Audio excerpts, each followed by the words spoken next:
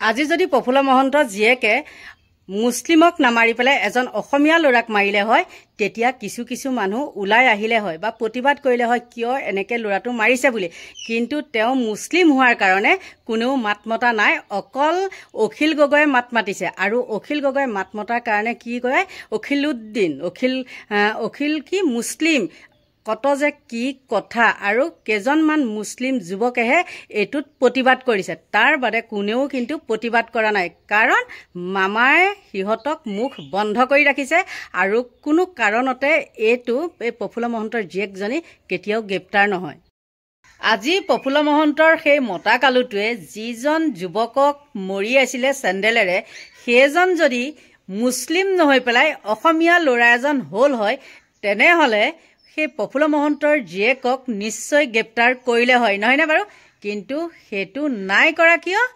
কাৰণ AGP এতিয়া BJP নহয় জানো? AGP এতিয়া BJPৰ বহতীয়া। স্বাগতম জনাইছোঁ সকলোকে মোৰ আন এটি ভিডিঅ'ৰ মাজলৈ। আৰু ভিডিঅ'টোতো থাম্বনেইলখন দেখি নিশ্চয় গম পাইছে, মই সেইদিনাখন প্ৰফুল্ল মহন্তৰ জীয়ৰীৰ ওপৰত এটা ভিডিঅ' দিছিলোঁ আৰু ভিডিঅ'টোত দুটা কমেণ্ট আহিছিল আৰু কমেণ্ট দুটা মই লগাই দিছোঁ, দেখিছেনে? নামকেইটা কিন্তু মই কাটি দিছোঁ। আৰু এইবিলাক কিহৰ কাৰণে হৈছে জানে? প্ৰফুল্ল মহন্তৰ পাপৰ ফলৰ কাৰণে। আৰু আপোনালোকে জানি আচৰিত হ'ব, প্ৰফুল্ল মহন্তৰ পুত্ৰই প্ৰফুল্ল মহন্তক যি ধৰণৰ মানে ব্যৱহাৰ কৰে, আৰু সেই ব্যৱহাৰবিলাক তেওঁলোকে বাহিৰতো খটাবলৈ লৈছে। আৰু মই বেছিকৈ নকওঁ বাৰু, কাৰণ মই কৈছিলোঁৱেই নহয়নে, চেঙা সমষ্টিৰ এজন বিধায়ককো তেওঁ পুত্ৰই চেণ্ডেলেৰে কোবাইছে আৰু তেতিয়া একো হেৰি নহ'লে, আৰু এইজনীয়ে তেনেকৈ কোবালে। আৰু এইজনী মই আপোনালোকক কমেণ্টটো দিছোঁ, চাওক তেওঁ মতাই নে মাইকীয়ে, একদম দেখাত দেখোন একে মানে অদ্ভুত কিম্বাকাৰ। আৰু সঁচা কথা ক'বলৈ গ'লে ইমান যে বয়স হৈ বুঢ়ীয়ে হৈ গ'ল ন সেইজনী, গমেই পোৱা নাছিলোঁ যে প্ৰফুল্ল মহন্তৰ এজনী জীয়েক আছে বুলি। আৰু জীয়েক নহয় অৱশ্যে, তেওঁ বিয়া হৈছিলে, সামাজিকভাৱে নহয়, তেওঁ দেখাই দিছোঁ মই, কমেণ্টটো আপোনালোকে চালে গম পাব। আৰু তেওঁ এই স্বভাৱৰ কাৰণে মানে কি হৈছিলে, তাতো ভাড়াতীয়াবিলাকৰ ফ্লেটত থাকোঁতে ভাড়াতীয়াবিলাকৰ লগত কাজিয়া পেচাল লাগি পেলাই তেওঁ খেদা খালে। আৰু তাৰ পিছৰখিনি নাজানো কমেণ্টটো চালে আপোনালোকে গম পাব, মানে মোৰ থাম্বনেইলখনত। গতিকে পুলিচ প্ৰশাসনে এওঁৰ ওপৰত একো হেৰি নলয়, একশ্যন নলয়। কিয় নলয় জানেনে? কাৰণ এতিয়া আপোনালোকে জানেই মামাৰ হাতত মুঠিত সকলো পুলিচ প্ৰশাসন। আৰু AGP চৰকাৰ যে BJPৰ বহতীয়া, আপোনালোককতো আৰু একো মই ভাঙি পাতি ক'বই নালাগে নহয়নে বাৰু? কিন্তু আপোনালোকক মানে একদম সঁচা কথা কৈছোঁ, আইন সকলোৰে বাবে সমান হ'ব লাগে নহয়নে? হিন্দু মুছলিম এইবিলাক বাছ বিচাৰ কৰিব নালাগে। আৰু কি হৈছে, আমাৰ পুলিচ প্ৰশাসনে একদম মানে সঁচা কথাটো ক'বলৈ গ'লে আমাৰ মামাৰ কথা মতে উঠ বুলিলে উঠে আৰু বহ বুলিলে বহে। তেওঁলোকে নিজৰ বিচাৰ বুদ্ধিৰে একো কৰিবই নোৱাৰে। কিয় কৰিব নোৱাৰে? কাৰণ সিহঁত ঘোচ দি পেলাই চাকৰি লোৱা, আৰু ঘোচ দি চাকৰি ল'লেহে তেহেঁতে মানে ডেম কেয়াৰত নিজৰ ডিউটি কৰিব পাৰিব নহয়নে বাৰু? বোলে আজি এইটো চাকৰি মামাই মোক এনেকৈ দিয়াৰ কাৰণেহে তেহেঁতে তেনেকুৱা কৰিছে। যদি বোলে আমি এইটো চাকৰি নকৰোঁ, তহঁত যদি যোগ্য তহঁতে বেলেগ চাকৰি পাবি। গতিকে তেহেঁত মামাৰ বহতীয়া হৈ থাকিবলৈ বাধ্য ঘোচ দিয়াৰ কাৰণে। আৰু ইমান এইটো ভিডিঅ'ৰ ওপৰত আৰু মই লাগি নাথাকোঁ, প্ৰফুল্ল মহন্তৰ কথা কৈ লাভ নাই, কাৰণ ফল ভুগিছে। আৰু প্ৰফুল্ল মহন্তৰ পুতেকক মই জনামতে মোক এজন মানুহে কালি ফোন কৰি কৈছে, বহমপুৰ সমষ্টিৰ পৰা মানে পুতেকক উঠাবলৈ বিচাৰিছিলে, কিন্তু বহমপুৰ সমষ্টিবাসী এসময়ত প্ৰফুল্ল মহন্তৰ হিয়াৰ আমঠু আছিলে। যিকোনো এখন মিটিঙত মানে প্ৰফুল্ল মহন্ত আছে বুলি ক'লে একদম উবুৰি খাই যায়। কিন্তু সেই প্ৰফুল্ল মহন্তৰ নাম চাদ নাইকিয়া হ'ল। কিয় নাইকিয়া হ'ল? সংঘমিত্ৰা ভৰালী এগৰাকী আপোনালোকে গম পায় মহিলা, আৰু সেই মহিলাগৰাকী নাৰী কেলেংকাৰীত তেওঁ একদম ডুবি গৈছে। আৰু বিশেষকৈ গুপ্ত হত্যা আৰু নাৰী কেলেংকাৰী। আৰু সেই নাৰী কেলেংকাৰী হোমৰ গুৰিতে দুইজনী মাইকীৰ যি চুলি লাগিছিলে, মুগাৰ ছেট ফটাফটি হৈ গৈছিলে। তেতিয়া আমি ইমান জনা বুজা নহ'লেও মানে মই তেতিয়া খুব পেপাৰ পঢ়োঁ আৰু তেতিয়াই পাইছিলোঁ এই কাহিনীবিলাক। আৰু আপোনালোকে হয়তো সকলোৱে চাগে কিছুৱে গম পায়েই, আমাৰ বয়সৰ যিবিলাক মানুহ গতিকে এওঁলোকৰ কথা কৈ লাভ নাই। পাপৰ ফল মহন্তই ভালদৰে ভোগ কৰিছে।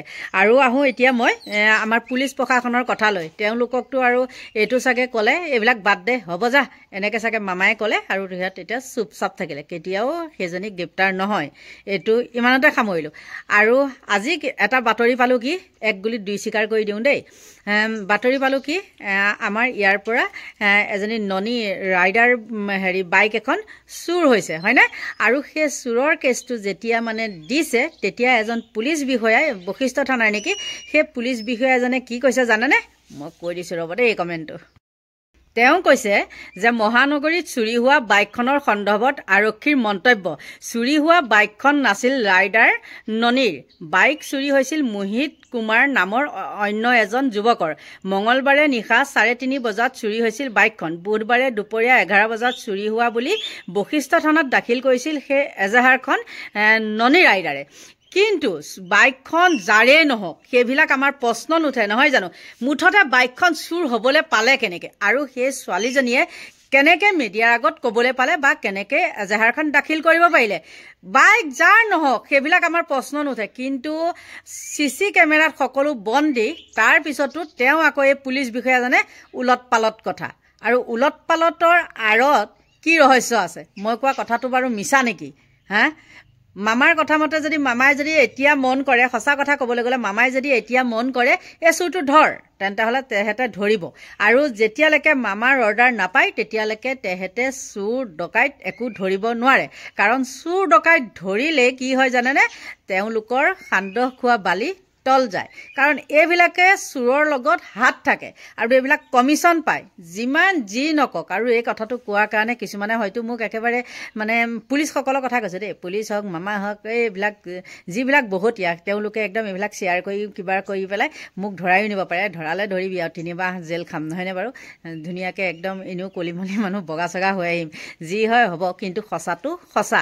আপোনালোকে জানেনে নাজানে নাজানো, মোৰো তেনেকৈ এখন স্কুটি চুৰ হৈছে। CC কেমেৰাত বন্দী, সকলো ফুটেজ দিয়াৰ পিছতো চোৰকেইটাক ধৰিব নোৱাৰিলে। আৰু তাৰপিছত কি কৰে পুলিচে কেইবাদিনো অৱশ্যে ফোন কৰি ল'ৰাটোক মাতি মাতি নিয়ে, যাচোন আমুকত যা, তামুকত যা, এনেকৈ কৈ পেলাই নিয়ে। কিন্তু ফফৌ বেলেগৰ গাড়ীখন দেখাই আমাৰ গাড়ীখন নিব মানে আজিলৈকে উলিয়াব নোৱাৰিলে। আৰু এইখিনিয়ে হ'ল পুলিচ। আৰু গতিকে এই পুলিচক যেতিয়ালৈকে মই আকৌ কৈছোঁৱে, মামাই যদি হেৰি কৰে তেতিয়াহ'লে তেওঁলোকে ধৰি দিব, আৰু মামাই যদি এইটোত গুৰুত্ব নিদিয়ে তেন্তে হ'লে ধৰি নিদিয়ে। মোৰ কিন্তু বিশ্বাস এইটো এটা ডাঙৰ বদনাম হৈ গৈছে, নহয়নে? গতিকে মামাই হয়তো অৰ্ডাৰটো দিব পাৰে, এইটোত দিব পাৰে দেই, কাৰণ সকলো ফালে ফাটি ফুটি গৈছে, নহয়নে? আৰু এই পুলিচটো যে বশিষ্ঠ থানাৰ এই পুলিচটো, হে ভগৱান কি ক'বা আৰু দেই। তেওঁ কথাবিলাক কেনেকুৱা জানেনে? একেটা কথাকে মিডিয়াৰ আগত উৰাই ঘূৰাই কৈ আছে। মই ভিডিঅ'টো লগাই দিলোঁ হয়, কিন্তু নিদিওঁ কিয় জানেনে? এইবিলাক কপিৰাইট লাগিব। আৰু আজিকালি এই চেনেলবিলাকেও কিবা কৰি থয়, এইবিলাক নিউজ চেনেলবিলাকেও মানে দিব নোৱাৰা কৰি পেলাই, চবতে মুঠতে 2 নম্বৰী।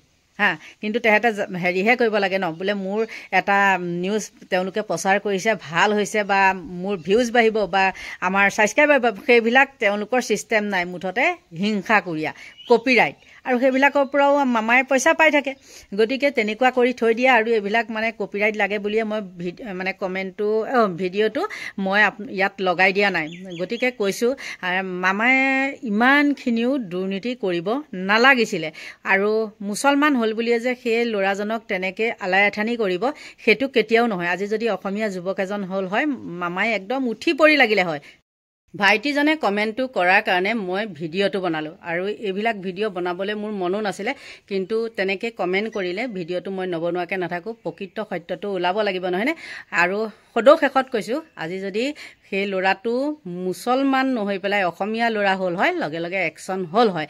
আৰু একফালৰ পৰা একশ্যন নহ'লেও হয়, কাৰণ আকৌ মই কৈছোঁ দেই, AGP BJPৰ বহতীয়া ভৰি তলত থাকে। মহন্ত আমাৰ আমাৰ মামায়ে একদম গছকা মাৰি ধৰে, আৰু ইহঁত গোটেইজাক তলত সোমাই আছে। এতিয়া মুঠতে মামাৰ হাতত গোটেই সোপা একদম গছকা মাৰি ধৰি আছে, আৰু ইহঁতে একদম লম্ফ জম্ফ কৰি পেলাই বান্দৰ নাচ দি আছে। গতিকে সকলোকে ভগৱানে ভালে কুশলে ৰাখক, তাকেই কামনা কৰি আজিলৈ মোৰ ভিডিঅ'টো ইমানতে সামৰণি মাৰিছোঁ। Bye bye.